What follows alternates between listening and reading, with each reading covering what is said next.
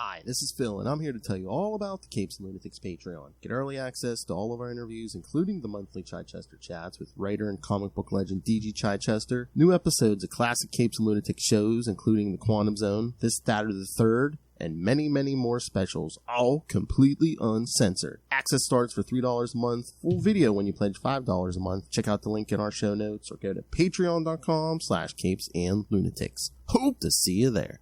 Wild. Like an animal. That's right, kids. Welcome back to part 2 of Man and Wolf, here only on the Marvel Tales podcast. Alright, kids. I am Phil. Joining me, as always, howling at the moon, it is Justin the Owl ripping his way into Man and Wolf part 2. Russell. Wow. There he is. Hey, Russell, I heard the news. Good job, man. Congratulations. I heard the Eagle has landed. Good job. All right, so, yes, kids, we're back to do part 2 of Man and Wolf. This time, Captain America 405 through 408. Yeah. 408, and it's 3 stories in one regular size issue. There's a lot going on here. Yeah. Yeah. Oh, yes, Russell, I would very much appreciate an email slip. Nip slips, email slips, it's all good. All right, so. All right, should we get into these? Because yeah, an extra issue this time. All right, so. Oh, man. A stupid screen here. All right, kids, so yes. Like I said, we're back to do the second half of Man and Wolf. For this time, we'll start with Captain America 405 from August 1992. And, oh my god, I love this. This might be my favorite cover of this storyline. Yeah. Me too. Even better than Captain America vs. Wolverine. Yeah. Especially because his face is in the shadows. Yes, because it's like we haven't seen him as a werewolf yet. So it's like you see that cover, it's just like, oh, it's here. Yeah. Yeah, that was a smart decision not to show the face on that cover. Yeah. Yes, you're right, Russell. It has been a hard day. So. All right, so yes, Man and Wolf Part 6, Dances with Werewolves. Dances with Werewolves, I know. That's the perfect 90s title for a werewolf story. Dances with Werewolves. Mark Greenwald had some great titles for his stories. Yeah. He was punny business, and just from what I've heard from like guys like D.G. Chichester and a few other creatives at Marvel at the time. Yeah, I think Mark Grunwald would have been an excellent person to talk to, and I think he definitely would have gotten our sense of humor. Oh, for sure. Yeah, he'd be cracking jokes with us all the time. Yeah, definitely. Yeah, again, writer Mark Grunwald, penciler Rick Levins, inker this time Steve Alexandrov, colorist Gina Going, letterer Joe Rosen, and editor Ralph Macchio. So, yeah, it seems like, the team's staying together, but we're different inker this time. Different inkers, and like what was it, last issue? Last week we had like 3 different inkers on that issue. So yeah, it seems like the inking's taking a toll. This 2 weeks, every 2 weeks is taking a toll on these inkers. So yeah, it makes sense. Yeah, and it is a noticeable difference in the art in this issue. It looks very much different from the previous 3. Yeah. But again, I was going to say, I wonder if like inking is it so more meticulous than the penciling, because the penciler can just like, okay, I'm going here, but like the inking, you have to like follow like, the road that the penciler's already laid down for you, and you got to add shadow and contour and just everything. It's a lot more detailed work. Yeah, that's always the impression that I got. Yeah, was that it was a lot more time consuming to do inking, at least for the most part, for most inkers than penciling. Yeah, like it's a lot more meticulous detail. Like we said that last issue, it's like depending on an inker, man, you can make 2 different inkers can make the same penciler look completely different. Totally, yeah. All right, here we go. First sentence, we're jumping right in. Cap turns into a werewolf. But his super soldier serum enhanced physiology allows him to shake off Dredmund's hypnosis. Dredmund uses his power to transform some townspeople into wolves to pursue Capwolf. In the middle of the day, kids. In broad daylight. Meanwhile, Jarvis heads back to Avengers Mansion while Bernie stays with Dennis in Central Park. A mugger suddenly snatches Bernie's purse and she chases after him, leaving Dennis alone. Really? It's like he's been missing for how long? Now he's about to go missing again. Again. Yeah. It's funny. She keeps sniffing around, trying to get back with Cap, but it's like all of a sudden she loses Dennis, and all of a sudden, we don't see a lot of Bernie anymore, do we? She makes herself scarce after that, Yeah, on second thought. Dr. Druid investigates Starksboro, finding a church filled with druid artifacts, including the Moonstone. Dredmund confronts Dr. Druid, and they enter a magic battle of wills. Capwolf tries to reason with the werewolves chasing him, but ends up fighting Wolverine, having to blind Wolverine to get away. Yeah, man, he scratches that face up. Yeah, he claws his eyes out, yeah. Yes, Bernie discovers that Dennis has wandered off. While Dr. Druid loses the Dredmund, Moonhunter chases Capwolf toward Nightshade. She calms Capwolf down with her pheromones. Whoa. Oh my. Oh my. Yeah, because wild like an animal. All right, so what you think, Justin? I liked this. The art, I mean, it is noticeably different from the previous few issues. The only gripe I have with this is the introduction of Dredmund. Like the past three parts of this story, he's like in the shadows, and they're very deliberate to kind of keep his face hidden and to keep him from being revealed. And the way that that he is revealed in this issue is just kind of nondescript, nonchalant. Like all of a sudden he yells at a bunch of people from this balcony up in his house. "Why aren't you stopping him? You people, stop that wolf!" Like, and there's this one panel of him shouting at them, and I'm like, oh well, that's kind of takes the drama out of it, but there you go. Do you think it's kind of where it was just like, well, how do we introduce him? And it's like, it's not going to be like a shocking reveal because, pretty much most people probably reading this are going to be like, who? Right, yeah. I don't know. It just seemed weird to me that they'd went to such efforts to keep his face, to keep him cloaked in the shadows, and then just have him kind of like waltz out onto this balcony and start shouting at people in this one panel. It just seemed like a weird way to introduce him. Because that's what I was thinking. I think the big reveal was, they played it for the big reveal was like, oh look, it's not Superior, Yeah, this is a different character, right? Yeah. That part was, and rereading this, it's still weird to me. Like that whole panel, that whole page is just weird to me. It's just a jarring experience in the middle of this issue, but I really enjoyed it on the whole. Yeah, what did you think of did you like the fight between Capwolf and Wolverine where he claws his face? I did like it, and I also like, we did get like like Cap's view of things, even just in the thought bubbles. His thoughts are more primitive, but it's like we're still getting like Cap's view, just like Wolf's after me. He's trying to talk, but he can't talk. Yeah, like an inner kind of werewolf monologue. Yeah. Like it's hard sharp to claws, shiny things. Yeah, talking about his Wolverine's claws. Yeah. Oh, okay, I looked here. Dredmund's first appearance was Strange Tales 144 from February 1966. Really? Wow. Yeah. I've got to go back and read some of that stuff. Yeah. Because it looks like the first person he fought, of course, was Nick Fury. And then it's saying, let me see it.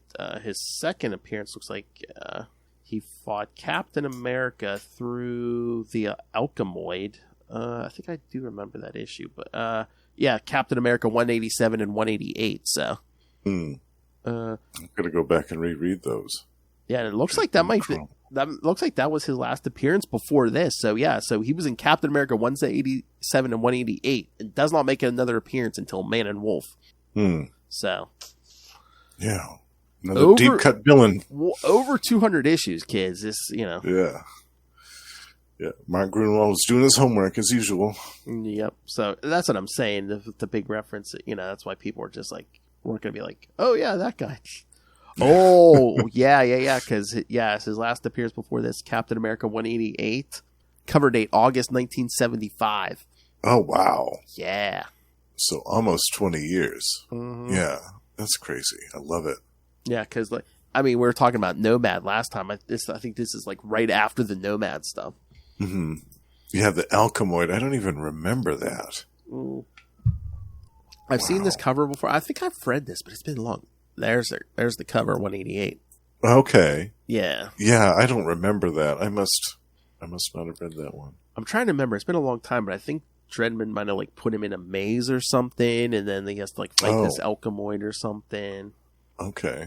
Oh, yeah, 180. Oh, it was written by John Warner, so I don't know if it might even been like a fill-in thing. So yeah, maybe. Yeah, I don't. Gosh, I really don't remember that. Oh, you're gonna want to read this. Penciler Sal Buscema. Okay. Yeah. Definitely. So you know what that means, kids? Someone's getting right crossed across the room. That's right. That Alchemoid's getting punched right in the face. I love it. Yeah, every issue, someone's getting punched, and they go flying across the room, mouth all gog. Yeah, their arms flying and all their limbs flailing akimbo. Yeah, it's the best. Oh my god. Oh wait, is Sal still with us?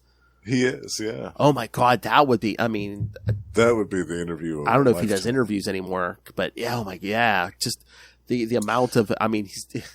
All the Spider-Man issues he did, the Hulk, yeah. Captain America. It's incredible the amount of stuff he's Thor. Oh yeah, yeah. It's just the incredible amount of Marvel stuff he's done. Yeah, and Rom, the Space Knight. You're going to discover next year once you get the Romnibus. Yes. Oh yeah, that's right. We're gonna have to do some of that. Did they put a date on that? I know they said next year, but did they put an actual date next year when that's coming out? I thought I remember seeing January. Oh, nice. Beginning of the year. I was gonna say they're not gonna make me wait till halfway through the year or something, are they? I might be wrong, and they could probably change it, but I thought I remember seeing January. Yeah. Hold on. I'm gonna look this up here. Again, it is Marvel Tales, kids, and we're not gonna get to this. That's right. There we go. Yeah, Omnibus. Oh, okay. Yeah, you're right. Now Marvel Properties, the Omnibus arrives in January 2024. All right. Yes. Nice. Yeah. Good. Hopefully they'll keep to that date, and we'll have it in the start of the year to look forward to. Oh, are they doing one of those things where they put out because they said the facsimile issue arrives in September? So are they reprinting up the first one maybe? The first issue, yeah, yep. Which was also a Sal Buscema. Yeah, he did the first, I think 50 or 60 issues of ROM, and then Steve Ditko took over after him. So yeah, that's also some great Sal Buscema artwork in ROM. Heck yeah! Oh yeah, I'm just looking at all these. Yeah, all based on it. You know what? Marvel really, I think, succeeded in these comics that, based on toys. I mean, what did ROM got? 70 some issues or something? 75, yeah, and a bunch of annuals. Transformers went to 80 that first run. G.I. Joe went to, oh my, G.I. Joe was over 150? Over 100, yeah. That was the most successful, and even the Micronauts went on for years. Oh, that's the other thing. Was that last episode we were talking about this, that the IDW stuff, or no, that might have been when we were off air. The IDW, I told you, G.I. Joe Transformers they're doing. Oh, yeah. I guess one of the G.I. Joe things is, once again, Larry Hama is going to come back and keep his G.I. Joe run going with issue 301. So, oh, I love it. Yeah. And I love it. It doesn't matter what company has it. They bring in Larry Hama to keep that run going.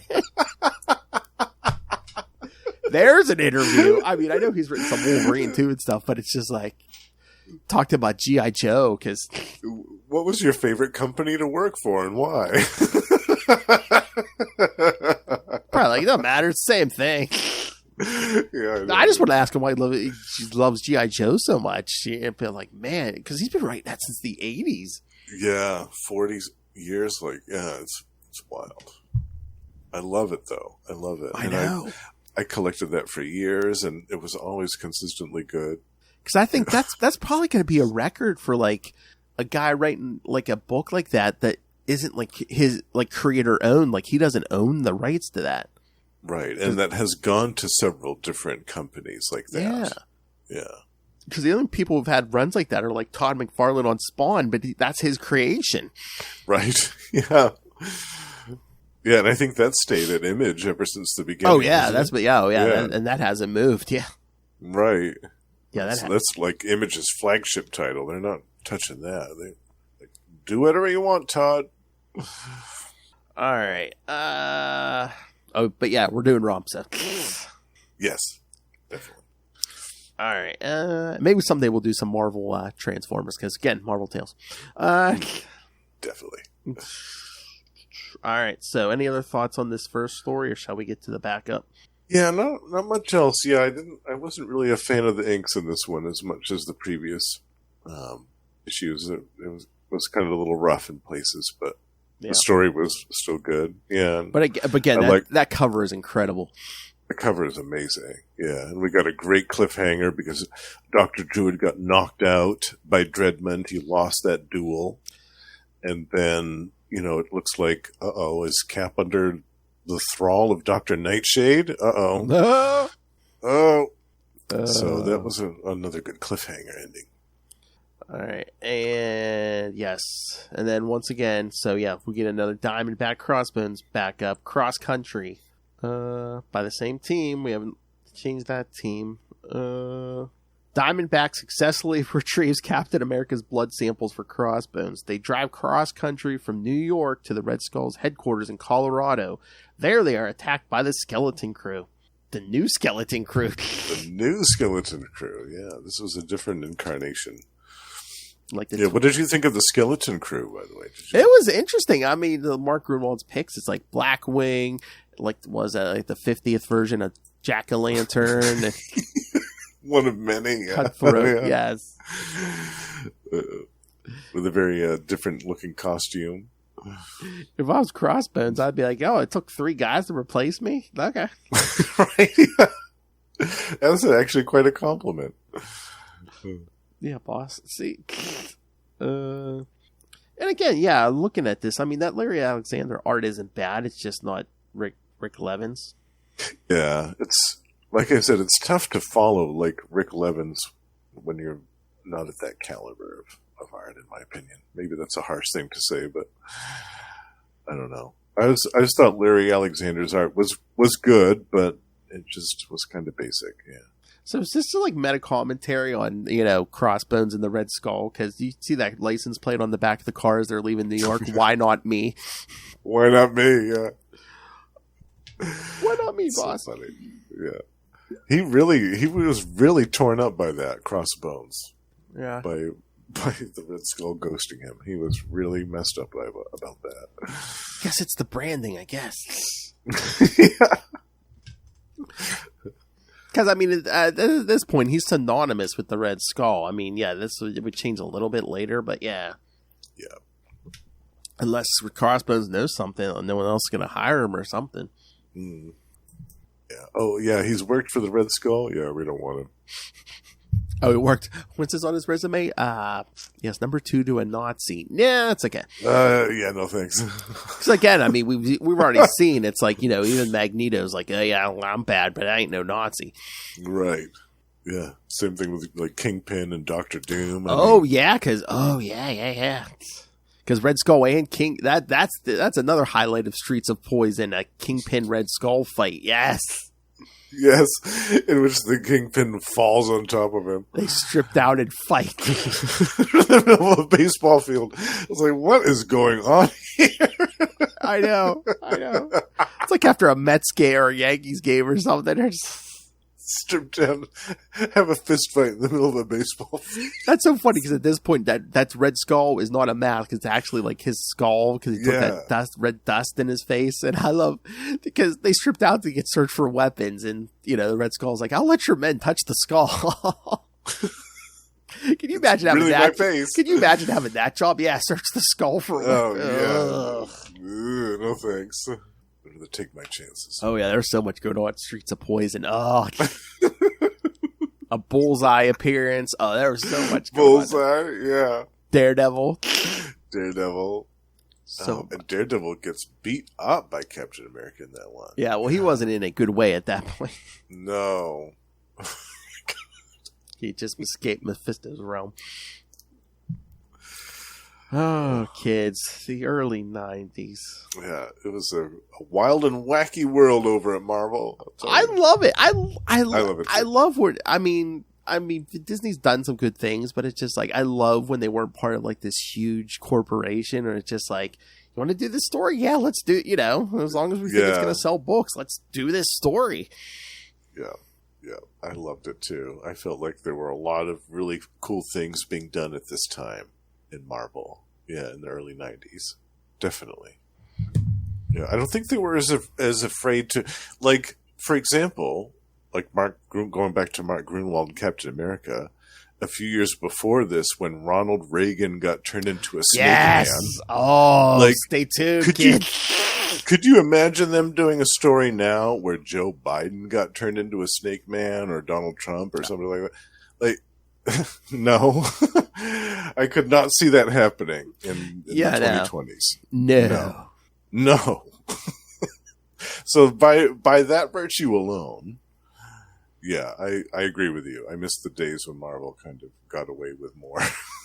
Yeah, more exactly. Adventurous stuff like that. Again, just talking to some of these creators from back then, it just seems like, yeah, it's like as long as you had like a hook or a gimmick, it seems, especially for the 90s, you know, like, yeah, let's just try it. Let's, you know. Yeah, and sometimes it worked and sometimes it didn't. Exactly. Yeah. All right, let's get to the next one. Yes. Although this one has quite a crew. And the cover kind of gives away into the next appearance of another X character, so. Yeah. Captain America 406. What is this, part 5? Yeah, there's 6 parts and then there's an epilogue, kids. September 1992. Leader of the Pack. Same team. Danny Belandi's back on inks. Dr. Nightshade leads Capwolf into the wolf pit, where he finally finds John Jameson in his man-wolf form. The two fight for dominance. When Cap wins, he gains the other werewolves' respect. Meanwhile, Dredmund prepares the captive Dr. Druid for a ceremony. Wolfsbane, Lord the Starksborough by the Moonstone, teaches Capwolf to talk in his new form. Elsewhere, here we go, kids. Shatterstar tells Cable that Feral has gone missing. Oh yeah, I forgot Feral's in this for 2 seconds. I forgot. And Feral's a cat, by the way. Like we're dealing with all these lycanthropic people that are like half wolf, and Feral is like part cat. So again, Wolverine felt the pull. He's a human mutant. He felt the pull. Shouldn't Tigra have been in this too? Yeah. Oh yeah. Oh wait a minute. Wait. Yeah, shouldn't Tigra have been in this story? Sounds like a plan, Jan. Thank you, number 1 Tiger fanboy. Oh my god, I want to do one. Oh, that's what we need to do next year. We need to do at least one episode of Tigra, and Ray will be on us. Yeah. There's so much Tigra that we could talk about. Get Ray on here. Yeah. Yeah. Let's do it. Capwolf rallies the werewolves and they escape through teamwork. Meanwhile, Bernie continues to search for Dennis. Passing a captive Wolverine, Capwolf and the werewolves run into Moonhunter and Nightshade, capturing them both. Nightshade tells Capwolf that Dredmund is performing a ceremony to solidify his power, but Capwolf arrives too late to stop Dredmund from slashing Dr. Druid's throat onto the Moonstone. Dredmund places the blood-soaked Moonstone on his own throat, empowering him. That doesn't seem sanitary. All right, thoughts, Justin? Well, also, that escalated quickly. Oh, yeah. Well, that escalated quickly. Yeah. Wait a minute. So what were we saying? So Feral, Feral's actually a cat. Okay. Superior puss.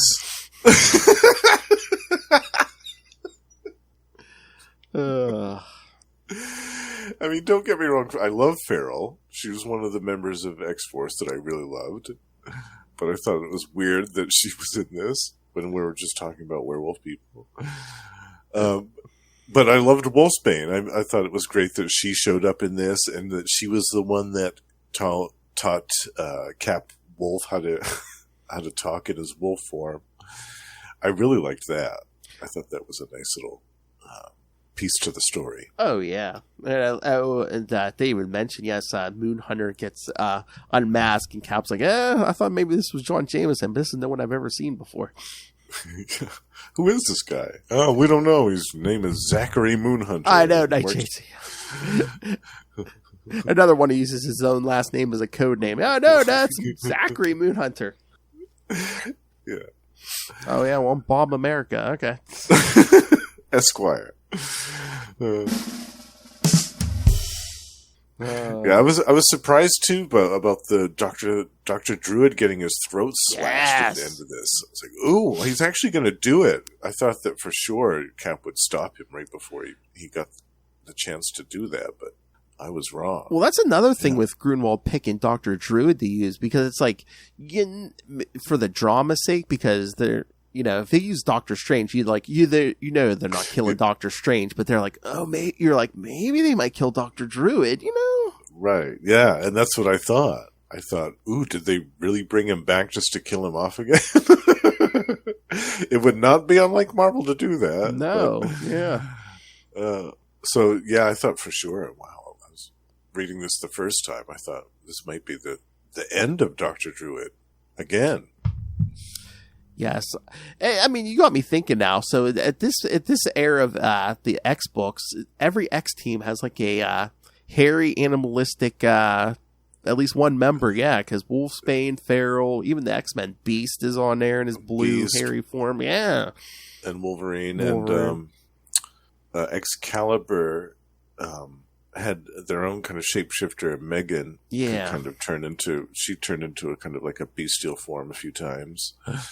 Didn't they have a guy join later? Was he kind of hairy? I'm trying to remember his name. Kylun. He was he was a warrior from another dimension, like a parallel dimension thing. Well, and then of course we had Nightcrawler, who had his own tail. Nightcrawler, right? Yeah. And didn't Generation X have like a feral, like hairy bestial character like that too? Yeah, I think so. Yeah. Yeah, I feel like that the late 80s, early 90s kind of set that template for the team, the X team, where you would have like a really bestial character with sharp claws like Wolverine, like Wolfsbane, like Feral. It seemed like the 90s, like most of the super teams had like a template where it says like, you have to have a hairy member, you have to have a super strong guy. You'd have to have a really deadly, like a really deadly femme fatale. Yeah, that was really good with blades or like whatever. And hardly dressed, yeah. Exactly. Yeah. And somebody that could shoot blasts. Yeah. Mm-hmm. Yeah, it's true. There was a template set somewhere in the early 90s, and Image, DC, like everybody followed it. Yeah. Oh, yeah. Because like when me and Lilith, we're covering those Avengers issues for Heroes Reborn. I'm like, oh, this is Rob Liefeld paint by numbers super team. It's just like, yes, because he brought in his own version of Hellcat, who's basically like a werewolf. Yeah, just like check. Yeah. Well, here's Feral. Hellcat. Exactly. when you can't get the X-Men, right? Make your own. Exactly. All right, so anything else on this first story? Shall we get to the next backup? Yeah, no, I think we covered everything with that. It was I loved this part 5 because it really set things up for an exciting conclusion to the story. And again, it's like cliffhanger. It's like, oh yeah, Dredmund's got the power, and is Dr. Druid dead? Yeah, you can see Dredmund changing, metamorphosing, but you can't really see what yet into what. Yeah, so that was cool. Made you wonder what he was going to turn into. All right, so the backup fight on Skull Mountain. Yeah. Crossbones and Diamondback battle the skeleton crew along the mountainside. After reaching the top, they are subdued by armed guards. Cutthroat recognizes Diamondback as his baby sister. Well, yeah, they get to the top because Diamondback threatens to kill one of them. Yeah, she's got one of her diamonds pressed right up against Jack-o'-lantern's heart, and she threatens to kill him unless they take her up there. And again, I mean, Diamondback, way to go. I mean, even though Crossbones has been training her, like after a month of like solitary confinement in the pit where she was hardly eating, I mean, she still leaps off that mountain and grabs Jack-o'-lantern. Yeah, and then Jack-o'-lantern elbows her in the gut. It's like, yikes, poor Diamondback can't catch a break. Oh yeah, because she's like, I'll put this diamond through his heart with a fast-acting snake venom. But yeah, Cutthroat recognizes Diamondback, even with the mask and everything. Yeah. Oh my God, that woman! She's my sister. Yeah, because the Crossbones calls her Ratzel. Mm-hmm. He's like, what kind of name is that? Wait, Joe, what? Oh, Ratzel. Yeah, and the artwork by Larry Alexander actually looks better in this one. Yeah, I like it a lot more in this one. And I mean, Cutthroat wasn't a huge character, but again, it's Grunwald, making him the brother. He had appeared before. Yeah, he was in I think it was a Marvel team up, right? Spider-Man and was it Nightcrawler? I think Nightcrawler. Yeah, in a circus. Yeah, and I think that was in the 70s. That was a while ago. Yeah, I might look this up before this issue. Yeah, yeah, because he might have appeared. I'm trying to remember if he appeared anywhere else too. Here we go. Yeah, Daniel Layton. Okay, there's the crossbone stuff. Looks like. Oh, wait a minute. Yeah, Marvel Team Up 89, and then Captain America 394 through 396, where he gets the job. It's saying Captain America 319. That's like that Scourge issue. He wasn't in that, was he? Oh, I don't think so. Yeah, no, I'm not seeing it. It's saying that Marvel Team Up 89 with Spider-Man and Nightcrawler. Yeah, that's the only one Yeah, I don't know why if they had Captain America 319. Unless that's a mistake. Yeah, it looks like he was just in that Marvel Team Up issue and then right to the Captain America stuff. So once again, Grunwald taking a one and done villain and fleshing them out. doing something with them. And yeah, he appeared for quite a while actually in this Captain America run. Oh, God. 395 through 408. Yeah. God, he eventually shows up again. Oh Lord, as part of the Hood's gang. Oh, did the Hood resurrect him with his? I guess I don't think he was dead. Oh wait. Oh no, it does say where Crossbones kills him. But then, however, for unknown reasons, it transpired that Cutthroat was seen alive and incarcerated in this super criminal prison, the Raft, where he escaped with a lot of other content. I mean, spoilers, gets his freaking head cut off all pretty much. Yeah. Oh, he's back. Comics. I got better. Got my head chopped off. I'm better. 'Tis but a scratch. I mean, I would assume the Hood resurrected him because. Yeah. Well, that was why I asked you what my first thought was. Oh, then later on. He brought a bunch of villains back to life. I mean, this dude has to have a healing factor because it's like later he was seemingly killed by Doc Dakin, Wolverine's son. However, he somehow survived and was among the Camp Hammer troops teleported to Asgard in the Oklahoma to fight the Asgardians in the Avengers. Oh my God! So the guy's been pretty much dead twice, and now he's back. And he was fighting Asgardians. Damn.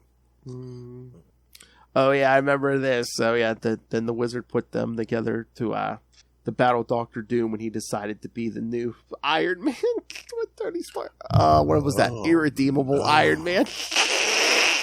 Ooh, I missed that one apparently.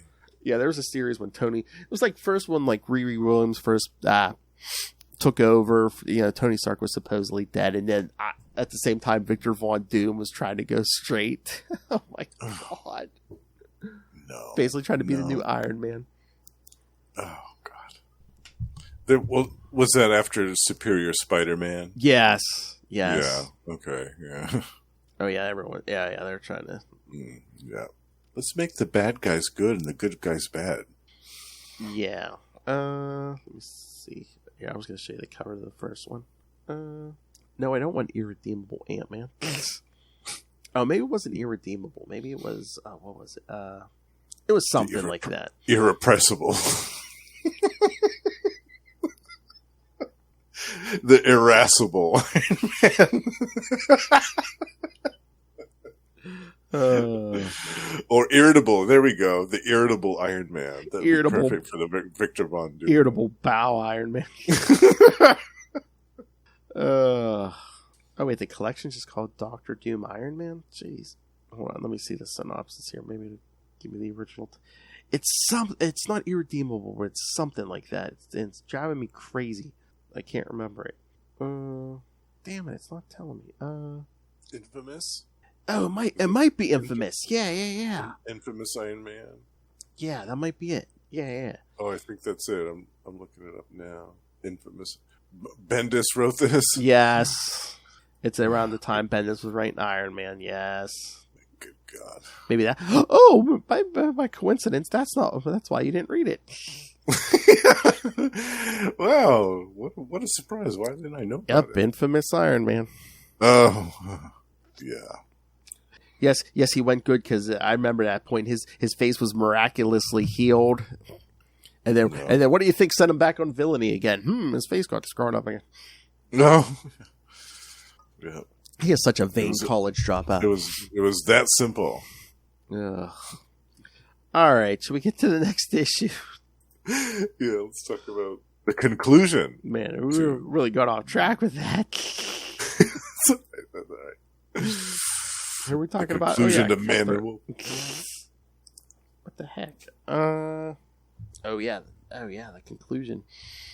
All right. Well, I lost my place there for a second. All right. So Captain America 407 with Wolverine, Cable, and Wolfsbane on the cover. September 1992. Lord of the Wolves. Same team. Belandi's still on inks. Dredmund turns into Star Wolf, a cosmically powered werewolf, and orders the Starksboro werewolves to attack Capwolf. Capwolf's werewolf allies arrive and fight the Starksboro werewolves, while Capwolf frees the chained Dr. Druid. Cable finds Feral outside Starksboro and tranquilizes her. Cable investigates, finding the fracas in progress between Starwolf, Capwolf, and the werewolves. Capwolf stops Cable from slaughtering all the innocent wolves, inadvertently allowing Starwolf to capture them both. Manwolf takes the unconscious Dr. Druid to Dr. Nightshade's lab. He turns Nightshade into a werewolf to force her to find an antidote. Moonhunter frees himself and Wolverine. When they enter Nightshade's lab, a partially healed Dr. Druid wakes up and removes Dredmund's hypnosis over them. Joining the fight, they allow Capwolf to get close enough to Starwolf to rip the Moonstone from his throat. Cable crushes the Moonstone, reverting Dredmund to normal. All right, thoughts? What happened here? Yeah, I still think the inclusion of Cable is so ridiculous in this. I know. There's really, I mean, if you boil this down to all of its basic parts, there's absolutely no reason for Cable. I mean, you want to boil down 1992 to a cover. Here it is. I mean, it's a werewolf Captain America versus Cable. Yeah, with Wolverine in the background. Yeah. I'm surprised it didn't. Totally. I'm surprised it didn't say Capwolf versus X-Force's Cable. He does mention X-Force though after he tranquilizes Feral. He says it's a good thing I had little tracking devices implanted in all of the X-Force uniforms, or else I never would have been able to find you here. Oh yes, it's a good thing I low-jacked my whole entire team. Yeah, it's for your own good. Privacy. What's that? Yeah, it's for your own good, team. Cable knows what's best. I loved that he injected Dr. Nightshade with the serum. Oh, yeah. Her into a werewolf. I was like, yeah, I love it. Yeah. Have some of that. Have some of your own medicine. That was a risky maneuver, though. It's like, what if she forgot, turned into a werewolf and forgot how to make the serum? Well, it's a gamble, and it paid off. I guess. Yeah. I was also surprised by Dr. Druid. I thought, like I said, for sure that he was dead, or at least at death's door, let's put it that way. But no, he used his abilities to stop the wound and prevent himself from bleeding out. And once cool. And once again, excellent Rick Levin's art. All these werewolves, including a starry wolf. Very good. Star Wolf, yeah, looks cool. Yeah, looks really cool. It looks like those weird '70s comics like Werewolf by Night and some of those Son of Satan. Mm-hmm. Those weird '70s supernatural comics. This character looks like he could have stepped out of one of those in a heartbeat. Yeah. And I love that last panel on page 6 where like Jack Russell throws Cap. You see Cap like far away, and you see the shield, in the foreground, just like coming at him. Just yeah, it's so good. Ooh, shiny. And even Cable looks good in this. Oh my! Yeah, I'm not really a fan of Cable, but Rick Levins draws a good Cable. I know, pretty much basically shirtless, but just with the the two things going. Yeah. The 90s shoulder pads, yeah. But yeah, he just tries to gun everyone down, and Cap's just like, no. No, these are innocent people, you idiot. I love how he shreds the big gun with his shield, and then when Cable like kind of pulls out like a smaller pistol, Cap just like bites it. I'm glad you mentioned that, Phil, because my favorite panels in all of these issues are the ones when Cap Wolf is like growling and like baring his teeth and being like, "Rawr," like, and he's snarling. Like, I think that is so great. Like Rick Levins, the way that he draws that is so good. But I mean, I guess that's just Cap being a master strategist. He's like, hey, I'm an animal now, Right. Just might as well make use of these chompers. Wild like an animal. That's so good. Oh yeah, just Druid just sitting up and undoing the hypnosis on Wolverine and Moonhunter. Yeah. Wolverine, look at me! Wow, yikes. Moonhunter and his Silver Surfer cosplay. Or Moon Knight, depending on how you Oh, look at true. it. Yeah. But yeah, you don't want to put that moonstone on your throat, because that's the first thing that happened to John Jameson is Spider-Man ripped that off his throat. So yeah. I was happy that we got to see Man-Wolf in this story. That made me really happy. Oh yeah.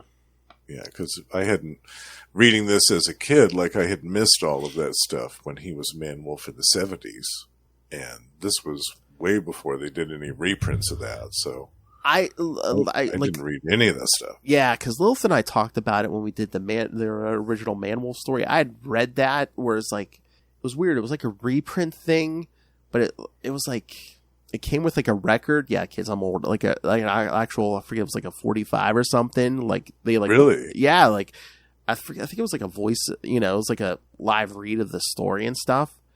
No kidding. And it came with like an actual comic book, but I just remember it as a kid. I read it. Oh, God, it's probably like 5 or 6. It scared the crap out of me.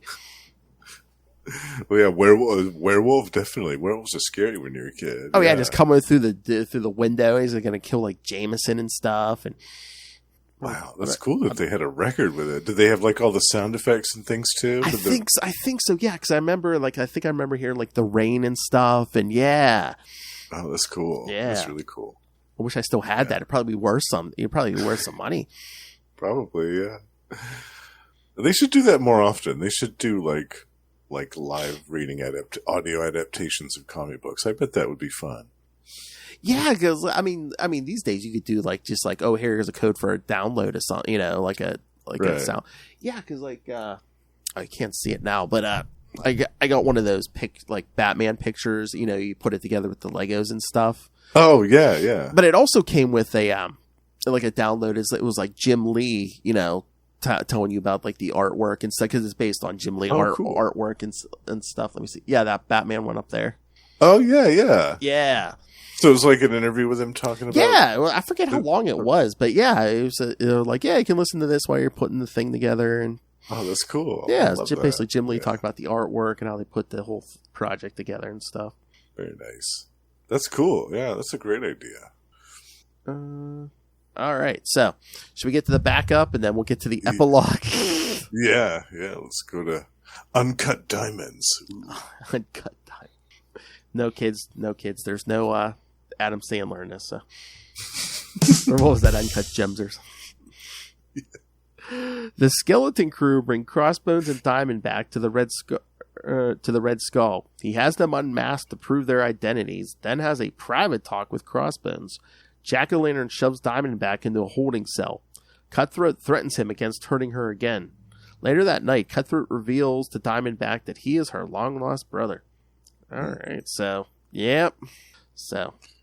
Yeah, this is good. This is good. Yeah, I like this. The art's different. The art's kind of cool. It's a different flavor. Yeah. Oh, I forgot, too. It's not till next issue we get the big Crossbones Cutthroat confrontation. Yeah. Yeah, that's a big part of the next one, yeah. Oh, yeah, I forgot. It's not Larry Alexander. It's, Yeah, this is Kevin Kabasic? Yeah. Kabasic? Yeah, so different flavor on the artwork than the previous ones, but I like it. It's a nice change. Oh, yeah. And then there's that great scene where the Red Skull's got his gun right to Crossbones' face. I know. I mean, I don't know. I'm part of it, I'm sure, is just that he has no skin on his head. But I mean, the Red Skull just looks crazy with those bulging eyes and stuff. Yeah, bulging, maniacal, evil eyes. Yeah, he's in a clone body of Captain America at this point, kids. But it has no skin. His head has no skin. Another great Mark Gruenwald concept, by the way. Exactly. Yeah. Oh, and then at the end of this issue, did you notice there's a pinup by a certain someone? Your mother's a whore! Frank Miller. That's right. Frank Miller and Bob Wyshek. Who should we get to draw Captain America? Oh, I know. Frank. Your mother's a whore! Miller. Perfect choice in 1992. I was reading, even on the app, they had that pin up in there. I was like, oh, I hear the button getting pressed already. Frank Miller. I'd forgotten about that pin up. I did too. Frank Miller. Nothing says stars, stripes, and your mother's a whore. I really like that pinup, actually. That's good. Yeah, I'd forgotten about that. Yeah, it wasn't bad, especially. Again, it's like, Frank Miller. It's no Wolverine cover. You're right. Oh, good Lord, kids. Yeah, fast forward 30 years to the Wolverine cover. Oh, my. And again, I forget where I saw some article there like, oh, yeah, you people shouldn't be bad-mouthing Frank Miller. It's like, it's all, art is subjective. People like it or they don't like it. And right now, most of the internet does not like that cover. Yeah. Especially it's all right. Especially what you're charging for comics these days, Yeah. Yeah. Sometimes, yeah. It's a little different. Sometimes the opinions are what they are, but so you have to look at that from different angles too. Like, ugh. It's a little different. If somebody like me that's like, I don't consider myself like a huge Frank Miller fan, but even if I wasn't, I'd look at that cover and be like, ew. I know, it was kind of it was different when you were charging us $1, but I'm sure Frank Miller, I'm sure that's at least $4 or $5 there. Yeah. I mean, I appreciate that it doesn't look like, a lot of modern comics look the same, the art wise, right. But so I applaud you for trying something different, but that might not be it. This different wasn't what we were looking for. No. All right, should we get to the last issue, this epilogue? Yes, which ties into another big crossover, as fate would have it. Yeah, so yes, kids, not only is it the epilogue to Man and Wolf, where we're going to cure Cap, but it's also the Infinity War tie-in. I mean, some books got like multiple Infinity War tie-ins. Well, Mark Rural was like, nope, one issue. Hell, a and third, it's not even going to be the whole issue either. The issue, yes. Then it's just going to happen in the middle of a scene at the end of Man and Wolf. That's right. For maybe 3 pages. 3 pages is all you get for this crap. All right. So, yes, kids. Yeah, you're going to get 3 stories in Captain America 408. Captain America 408 from October 1992. The first story, Dark Dawn, by the same team. All right. Dr. Nightshade uses the antidote on herself and John, but before she can administer it to Capwolf, an evil Captain America doppelganger teleports in and attacks. Stabbed with the syringe in the confusion, Capwolf begins reverting to human form during the fight. Dr. Druid senses the doppelganger isn't really alive, so the now human Captain America impales the double on its own bladed shield. Later, as guardsmen cart away the villains, John tells Cap he has to quit due to feelings of inadequacy when surrounded by heroes. Moonhunter, now free of Dredmund's influence, offers Cap and Druid a ride home. Meanwhile, a Demolition Man doppelganger attacks Dennis, but only the double emerges from the fight. He pushes him into the lake in Central Park. Yep. But I love that. I love that. Very Wolverine-y. Oh yeah, I love Captain America. The fights and defeats his evil doppelganger in the midst of transforming back to human. Can I catch a break here? Because the thing's strangling him mid-transformation, because it looks like Steve has like a big bushy beard. That's how Druid's like, it's not alive, and Cap just like, all right, and just drop kicks him into his own shield. I wonder how relieved Captain America was to hear that. He's like, good, because I feel like dishing out some hate right now. I've been turned into a werewolf. I've been beat up. I've been shot at. I mean, he still feels bad about it, but Druid's like, it wasn't alive, so. Yeah. Well, yeah, so he's been through the ringer the last day or two, so. Yeah, get some of that tension out, Cap. But I love that was the whole interaction this book had with Infinity War. 3 pages, just like, oh, yeah, it was like 3 pages, wasn't it? Yeah, take him down, boom. Yeah. I mean, some books I did like the spiky shield. I mean, I thought that looked cool. Oh yeah, because some books had 2, 3, 4 Infinity War issues. They're like, yeah, nope. I think Fantastic Four had 3 or 4. Yeah. Because again, I think with Infinity Gauntlet, not every book participated. I don't know if it was your choice or whatever. Infinity War, I don't think anyone had a choice because I think it went through every book. So. Even Moon Knight, had a bunch, and Infinity Crusade as well. Yeah. I feel like that was the same situation, that affected everything. Oh yeah. So Grunwald was just like, yep. There you go. There's your double. There you go.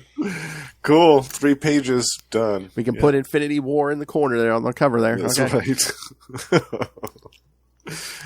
I love that so much. Because poor Mark Grunwald, I mean, first you had to go from the Avengers crossover, Operation Galactic Storm, which was good, but, one crossover. Then he gets to do his summer event, Cap, the whole Man and Wolf, and then jump right into, 3 pages of Infinity War. From one big event right to another, yeah. And Operation Galactic Storm was a huge event. How many parts was that? 20-something? Nah, it might have been was it 18 or something? 18, but again, it went through all the Avengers books. Avengers, West Coast Avengers, Captain America, Thor, Iron Man, Wonder Man, Quasar. Quasar, yeah. Basically all the Avengers books and any solo member who had their own book, went through that. So, Yeah. Yeah, I love Operation Galactic Storm. That was such a great story. We covered that on the Quantum Zone, but we should do that here at some point. Yeah. Maybe we'll do that for another one of our big summer things where we cover a big crossover in the summer. Yeah. All right. So, let's get to some more backups. All right. Night of the Knife. Cutthroat tells his sister Diamondback about his activities over the last 10 years and his intention to kill Crossbones. Later that night, Cutthroat tries to attack Crossbones in his sleep. Crossbones fights back and cuts Daniel's throat instead. Ooh. Then doesn't Crossbones make the joke? He's like, he lived up to his name. Right. Yeah, he went and got his throat cut. Jeez. Yeah. I remember being really surprised by this, too, the first time that I read this in 1992. Because it looked to me like they were building up Cutthroat to be something. Like he had gone through all of these trials to get as part of the skeleton crew. He killed those other 2 dudes in that gauntlet. And then he was making the moves on Mother Night and stuff and trying to console her. And then we find out it's Diamondback's brother. So I thought for sure that he was going to stick around for a while. And another, it's like another fake out by Grunwald. It's basically like, he's going to bring back this one and done villain and, build him up into something. Nope. And then kill him. Yeah. But I like that art where they're fighting, just like the red panels, it's like in the dark and stuff. It almost reminded me of like an action movie of the time, Very much so. Yeah, definitely. And this is my favorite out of all of these backups. The Larry Alexander artwork, this one was my favorite of his. Oh yeah, I thought it was really good. It was really moody. It looked different than his other art in the other backup stories. It looked very distinctive and unique and different. I loved it.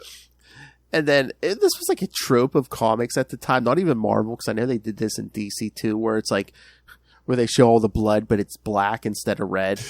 Yeah. Yes. And if you notice too, in when Dredmund slit Dr. Druid's throat too, like the blood, it was like brown. It was like it definitely didn't look like blood. It was colored to look completely different. I know, but it's backup. It just looks like Crossbones like cuts Cutthroat's throat, and then just like turns on the lights. It looks like he's leaking motor oil. My brother was a robot.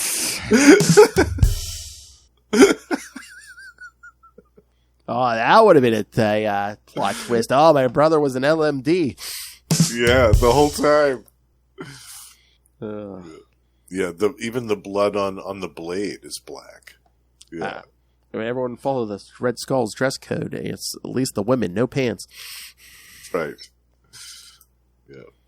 And then we get a third backup in this one. Oh, that's right. Yeah, because like I said, that's going to lead into the next story, which we're going to have to get to someday. Yes, definitely. And also a new costume. Mm-hmm. Joyride, because the Falcon has a new flight suit. He sees a stranger recklessly flying an Avengers sky cycle and brings him down to interrogate him. The stranger says he is Captain America's new pilot, and Fabian verifies this at Avengers Mansion. Falcon joins other reserve Avengers members in a debriefing about the Infinity War and Citizen Kang affair. Citizen Kang, oh yeah. Oh yeah, there's a lot of notes here. All right, the first story takes place prior to Infinity War #1 because Cap and Dr. Druid aren't familiar with the Magus as doppelgangers yet, and Cap begins Infinity War back in his human form.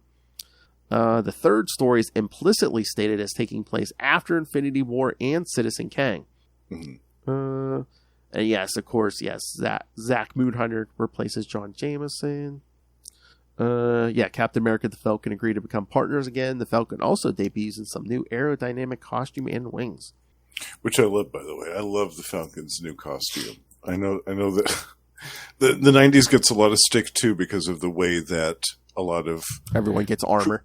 Pre-existing characters get these really extreme-looking 90s costumes. But I thought this one for the Falcon looked great. Yeah, it wasn't bad, no. Yeah, I thought it looked really good. Look at a really streamlined, kind of sleek update. Because the Falcon has had some crap costumes, like that green one from the 70s or 60s. It's like, oh, God. And then some of the other ones. But this, I really liked this one. I remember thinking, okay, this is a great costume for the Falcon. I love this. I can get behind this. And the suit has like more gadgets, which makes sense. He doesn't have any superpowers. Right. For the most part. I mean, he talks to birds pretty much. Right. Yeah, but he needed a few more toys to play with, and I'm glad that they gave that to him in his costume. Mm-hmm. Had kind of like a suit of armor almost, but a little bit more of a costume than a suit of armor, I should say. Yeah. Exactly. Oh, that's another storyline we're out. That was another annual crossover. Citizen Kang. I forgot about that one. That one had the anachronauts in it, didn't it? I think so. I can't. Yeah. I hardly remember a lot of that. Yeah, it looks. Was it the 4 annuals? Oh yeah, it's like Captain America, Thor, Avengers, Fantastic Four annual. Fantastic Four. Yes. Yeah. Right. Yeah. Citizen Kang. I love it. Yeah, we should cover that one too. Yeah, so that'll be another easy one to do. It's only 4 issues. Yeah. Yeah, I think after Atlantis attacks, they're just like, yeah, it's kind of hard to do everybody's annual together. So let's do these smaller ones. Yeah, let's do some 4 and 6 part ones instead of 15 and 20 part ones. Give ourselves a few less migraines every year. It's always interesting to see, when it's like characters who had like nothing in common, like life form, which we're going to get to. It's like Daredevil, Punisher, Hulk, Silver Surfer. It's like we start with Punisher, we get up to the Silver Surfer. On the moon. Yeah, yes. On the planet. Yeah. Yeah. I don't know. We kind of started Evolutionary War like that too. I guess if you're going to include the Punisher in a crossover, you have to start with the Punisher. Yeah, that's true. Yeah. Because if it's the Evolutionary War had the Punisher really early on. Because if it's someone who can go toe to toe with the Silver Surfer, I don't think Frank's walking away from that. Right. If he does, he's going to turn into Frankencastle again, the zombie. Exactly. Yeah. Unless we're doing an all street level crossover. Yeah. All right. So, what did you think of this story, Justin? I really enjoyed this. I mean, at the time, I did not like Infinity War. I thought it was dumb. I'm still not really the biggest fan of it, but I thought that it was a kind of a nice way for them to have like an epilogue issue for the Man and Wolf stuff and kind of resolve a lot of that. Mm-hmm.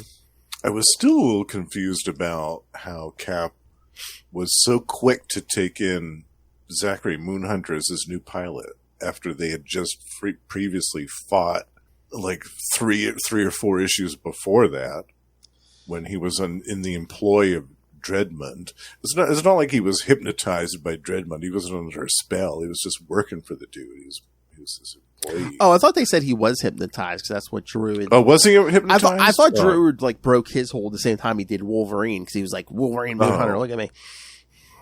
Maybe I forgot. Maybe I missed that. I think it's implied. It's very quickly implied, but yeah. Okay. I mean, in that case, it makes more sense. Yeah, I'm assuming they did a background check on Moonhunter too, because there was some time passed between that first story and the third one. So, yeah, there, all of Infinity War and Citizen Kang took place between those, the first and the third story. So, right, yeah, they must have. Yeah, I'm sure they did some background checks and stuff. But I remember at the time, I was thinking, wow, they just fought like a few issues ago, and all of a sudden he's Cap's pilot. Okay, cool, whatever. Is he going to keep the barbed wire braids with his mask and stuff too? Oh, nice. Man, that would have been awesome, but he doesn't. Yeah. We never saw the Moonhunter costume again, though. I don't think so, no, because I think he just like runs around in like a leather jacket and like sunglasses and stuff. Yeah. Yeah. Just got his aviators on. That's it. No, man, they gave him the 90s uniform, the leather jacket. Yeah, with the A on the shoulder, the Avengers jacket. Yeah, I don't know if did he get an Avengers jacket? I can't remember, but it might have just been a regular. I can't remember, but it was one of those 90s jackets, though. It was like that style. With the rolled up sleeves and all that, yeah. Oh, did you see? I guess the new thing is now is to give the ladies the leather jackets because Power Girl's kind of wearing a jacket now, and I guess when Captain Marvel's new ongoing starts in September, October, she's getting a jacket. So. Oh, no kidding! Oh, okay. The jacket's going through a revival, I guess. Yeah, right. But it's so funny because this time it's Power Girl and Cap and Carol Danvers, so it's like. Somebody's copying off somebody. Somebody's copying off somebody's homework.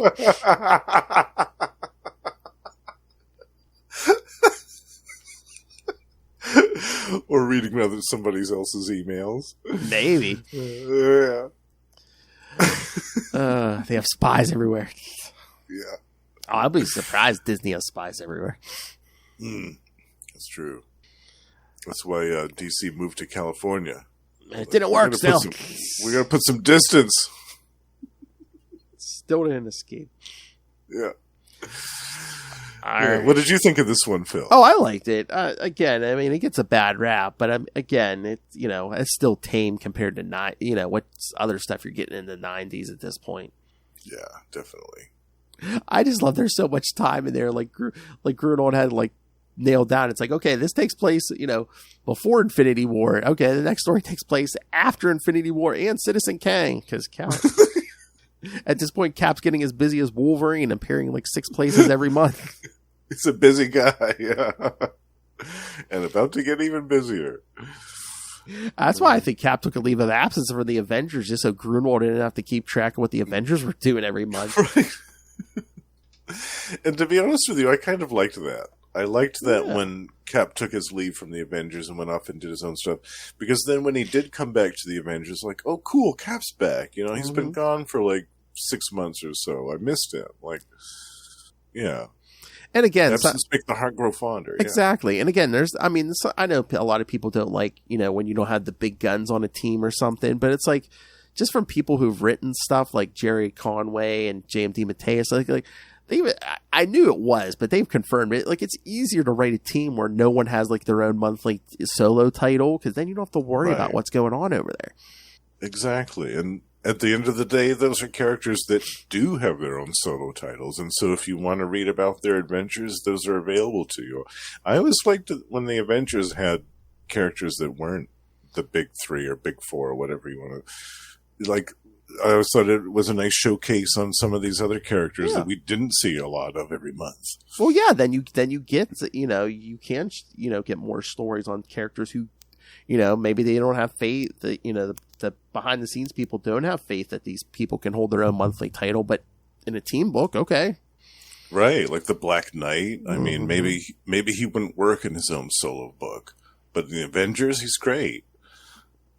Same thing with Hercules. I mean, maybe Hercules can't really carry his own like ongoing series or whatever, depending on who's writing him, but in the Avengers, he's perfect. Yeah. What? Hercules can't carry his own monthly book? What the F?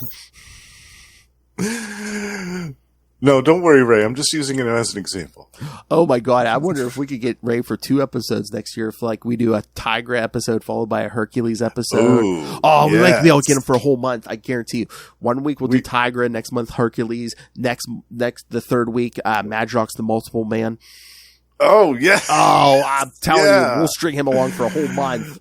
Oh, I would love that. Oh, yeah, especially Hercules. If we do the Bob Layton Hercules stuff. Yeah. I love that. I know that that's some of Ray's favorites too. But and then maybe finish off the month with like Moon Knight or something. Oh, yeah. Or Spider-Woman. Or Spider-Woman. Yeah. Oh, yeah, we got him. We got him. We got you, Ray. Because he'll tell you he's busy until you pick the right thing. And then he's like, I'll make time. Yeah. I know he would make time for Hercules and Tigra. Absolutely. Oh, yeah. And Madrox, yeah. Oh, man. Oh, maybe some X-Men with Forge. Yes. Forge, yes. There it is. Another one of his favorites, yes. You've got four episodes there. Drag him away from his gaming because he's been obsessed with, what is that? What was that, Marvel Snap or something? Or whatever. Yes. He's bought all the expansion packs for that. I love it. Yeah. It looks fun. I wish that we could play. All of us could play together. I think we'd have a blast. That's what I've always wanted to do is get either like an online game or like some kind of board game and like play it virtually with everyone, like on a video like this or something. Yeah, we could even make a episode out of it. Everybody watch us. Exactly. Oh my God! Can you imagine if it was like a Marvel game or something? It'd be just have a war. Everyone gets a couple heroes, a couple villains. Yeah, he'd be playing with a Moon Knight deck, and he'd be doing Quasar. And, yes. I'd be doing Namor. And then Lilith just has Doom drop a nuke on everybody or something. Doom, yes. She'd have a Doom. That would be her character. Yeah, I love it. The petty college dropout, Dr. Doom. Yeah, I can't believe that Iron Man stuff, the infamous Iron Man. I'm going to have to erase that from my memory. Well, once again, it was Bendis. What do you expect? Yeah, I know, but still. Oh. Yeah. And I believe by the end of that series, Doom might have knocked up a woman, but I don't think we've ever come back to that. Oh, no.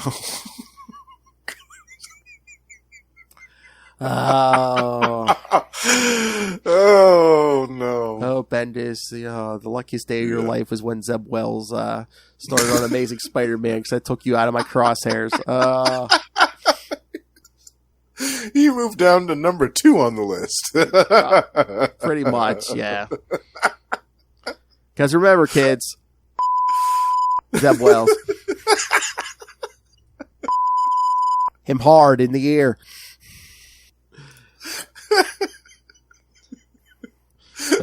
Zeb Wells writing his piece of Spider-Man stuff. All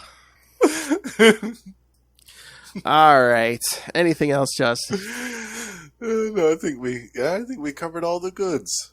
Yeah, this is fun going back to Man and Wolf. Oh my God, that's the other joke me and Lilith were doing last night because she mentioned something about Spider-Man's marriage, and I said, "Okay, Lilith, eat a Snickers. You're not yourself."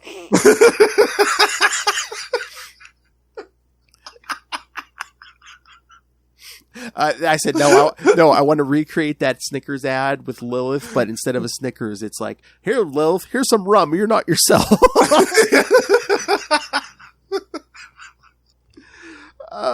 She's like, true. I'm too drunk for this.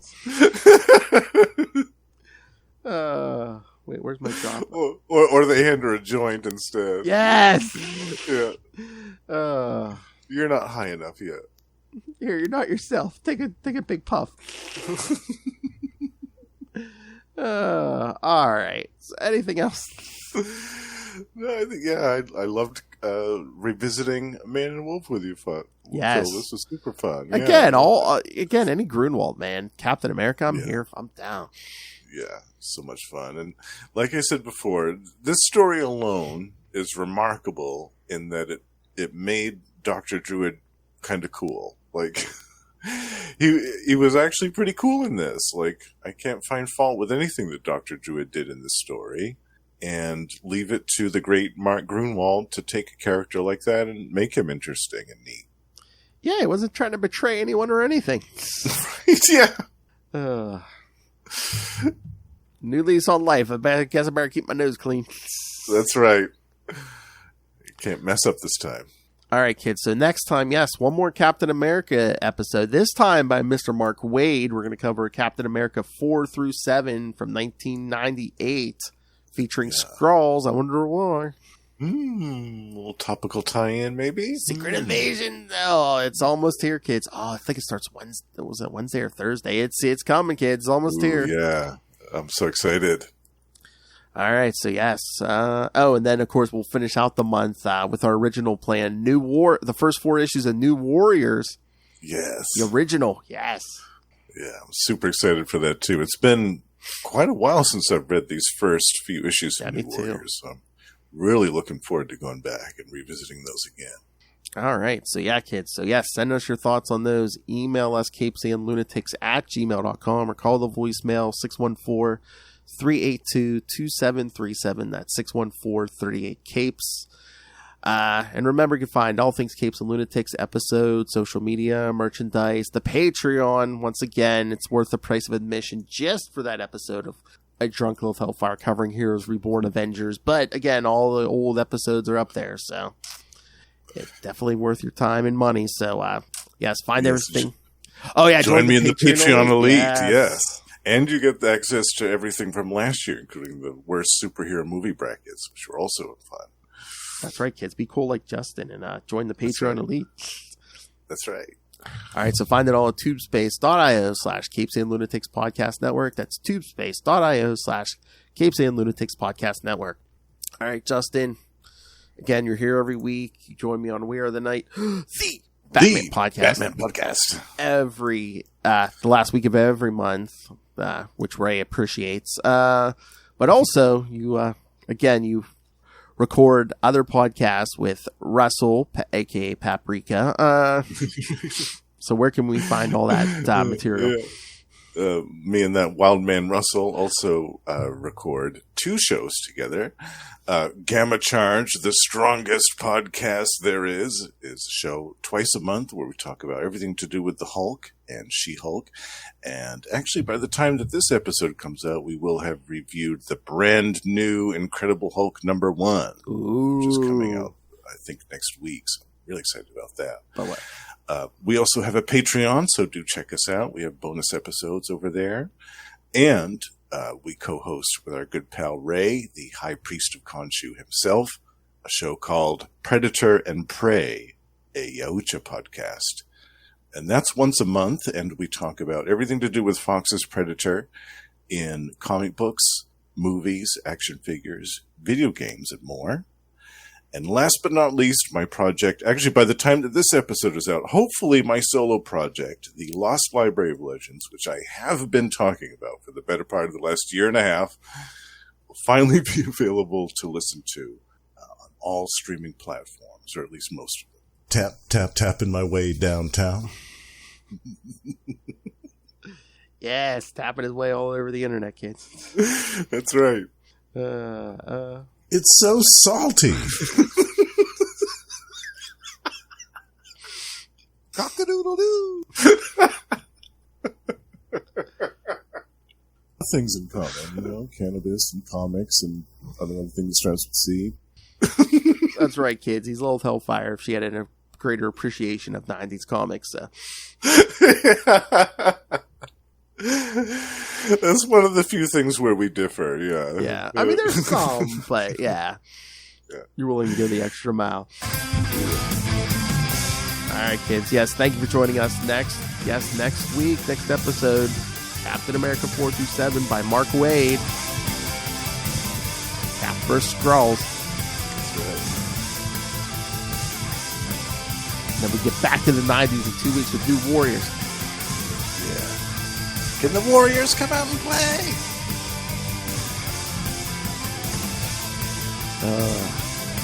90s. All right, come back next time. We're out of here, just like Cap when Infinity War shows up. Watch out for Rugburn. Oh!